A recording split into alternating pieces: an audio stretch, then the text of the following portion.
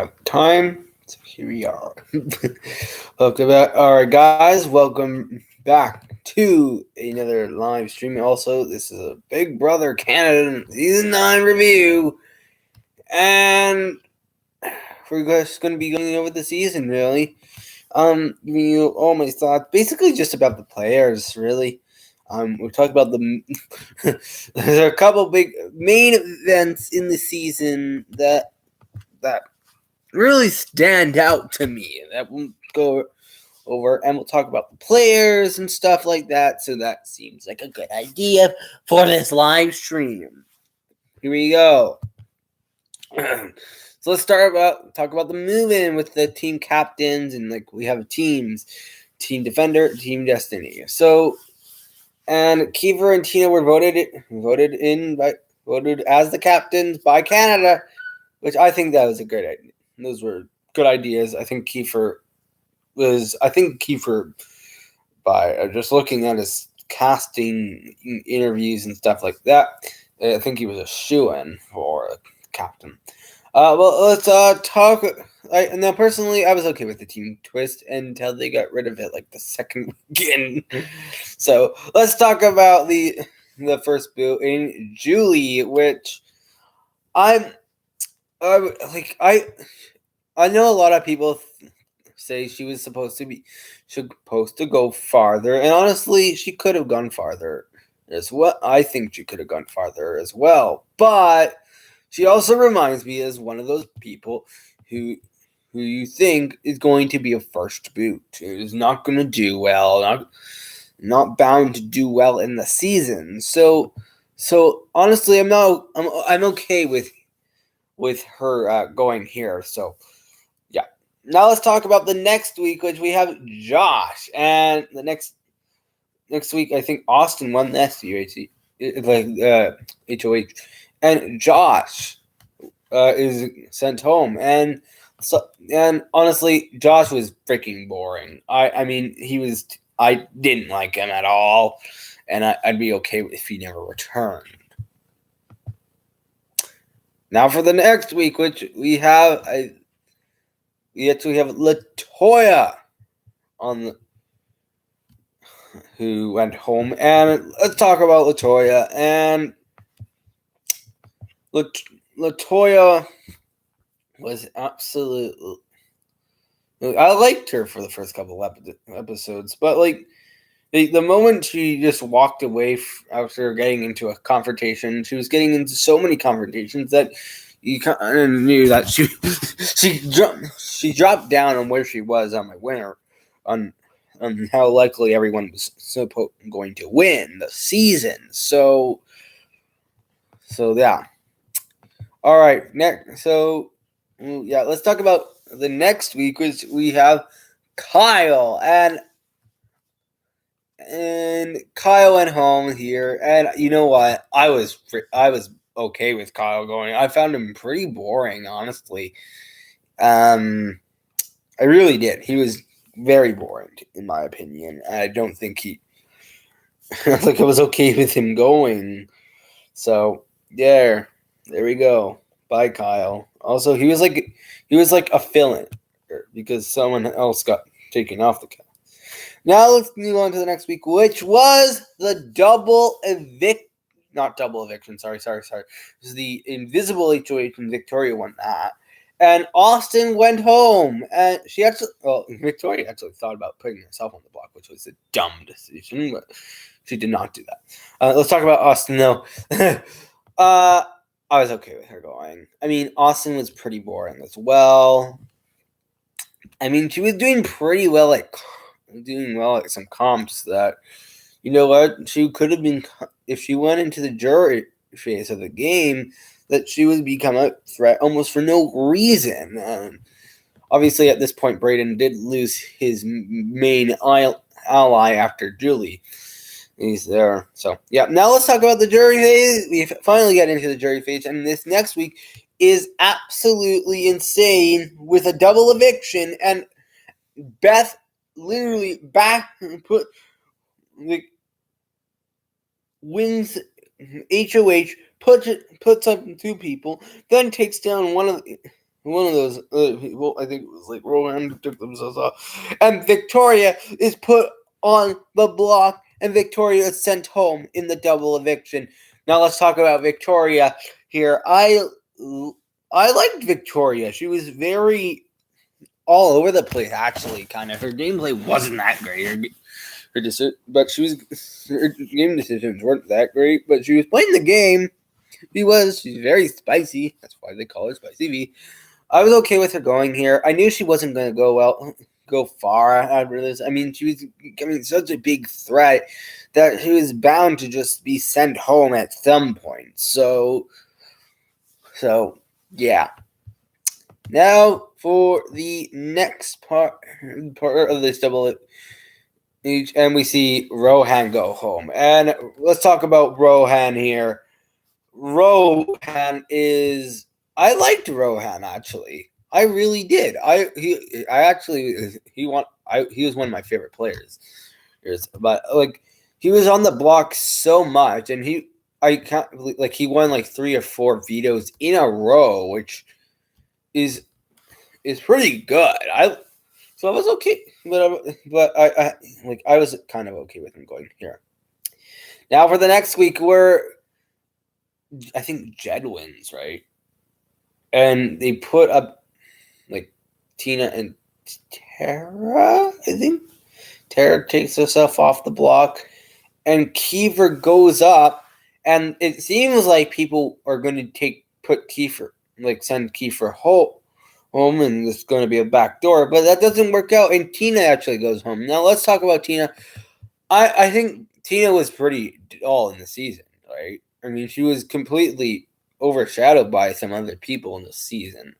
I don't. I was okay with her going. I didn't really know what to say about her. So yeah. Now for the next week, which is absolutely insane, where we have a fake double eviction, and Jensen wins the V. So like, here's what happens: Tara wins HOH, puts Jed and Beth on the block. Tayshawn flips from the triangle over to their side to get out Jed and Beth, and Jensen wins the veto and he plays it on Beth, and Kiefer came up with this move, and this was absolutely an insane move. And Jed it is sent home pretty, I think, unanimously, right? I mean, this was absolutely insane. I can't believe this happened, and it kind of made Jed one of the dumbest players in the history of the game, in the history of Big Brother ever, in reality television, for that matter. Really, you gave up immunity, you gave up safety. That was Oh, oh my god, that was absolutely insane. But then we get also Tara did go home next, but then she came back because it was fake double. Tara wins the comeback hump and is back in the game. And then was it Brayden who won? I think it was Brayden who won the challenge. And puts up Beth, or maybe it was Ty. I don't know. Beth? I don't know who won. But yeah, Beth and Tara were on the block, and Beth went home. Let's talk about Beth. She was playing hard. She was playing hard, ladies and gentlemen. She was playing hard. And I actually didn't really care for her at one point in the season. Hold on, actually, quickly. Just got to do something.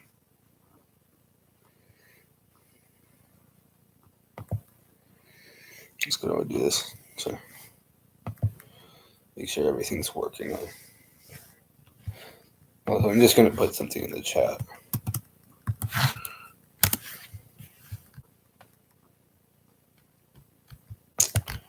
Anyways, moving on.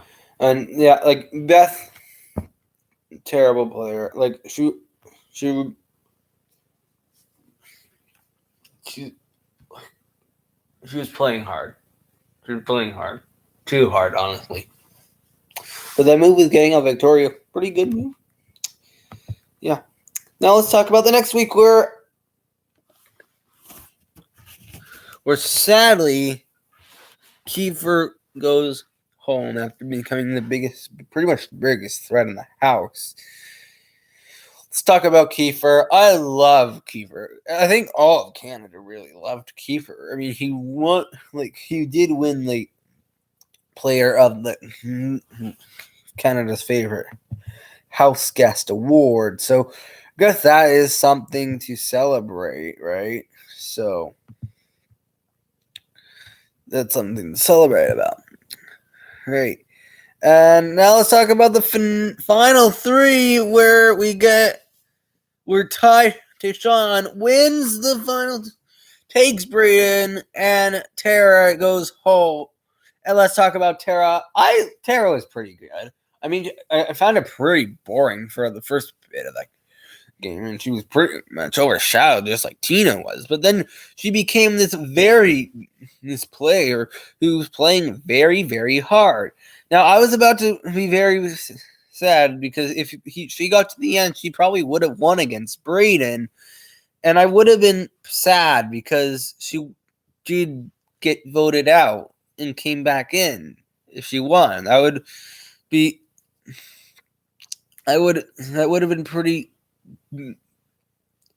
terrible for me, really. Like it would have been sad. It really would have been. So I wouldn't want that. Wasn't the outcome. And then let's move on to the final two where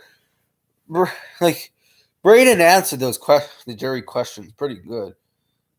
But Braden did get second. Let's talk about Braden. Found him pretty boring on the season, but he did become kind of like a comp piece at the end. He started winning comps after it. Like he won comp after comp, which is pretty good on his end. He's got stuff on his resume, but I was okay with Braden becoming a runner-up. But let's talk about Tyshawn who is the winner, who won pretty handily. He got every vote except one. I love Ty. Ty was actually my winner pick. He was my favorite player for the entire season. I like Ty. Tyshawn is great. And there we have it. That is the season. I like this season. This is my first major time watching Big Brother Canada. Obviously, last season didn't go that well because it ended so soon because of COVID-19. But yeah, I probably will post a Let's Talk sometime in the future talking about problems with what I'm going to be doing for the summer. But I'll just kind of let you know right now in case you don't watch all the way to the end, and that is that I will be hopefully if I might change my mind of this, but I'm thinking about covering Big Brother US this year, season 23. I did for 22, but I'll probably do that. I'm going to try and do it for 23, maybe do some live streams and stuff. I mean, I'm going to be very busy over the summer, so, but I'll talk about that in a future Let's Talk as well. But yeah. But anyways, that is going to be the for this review for Big Brother Canada.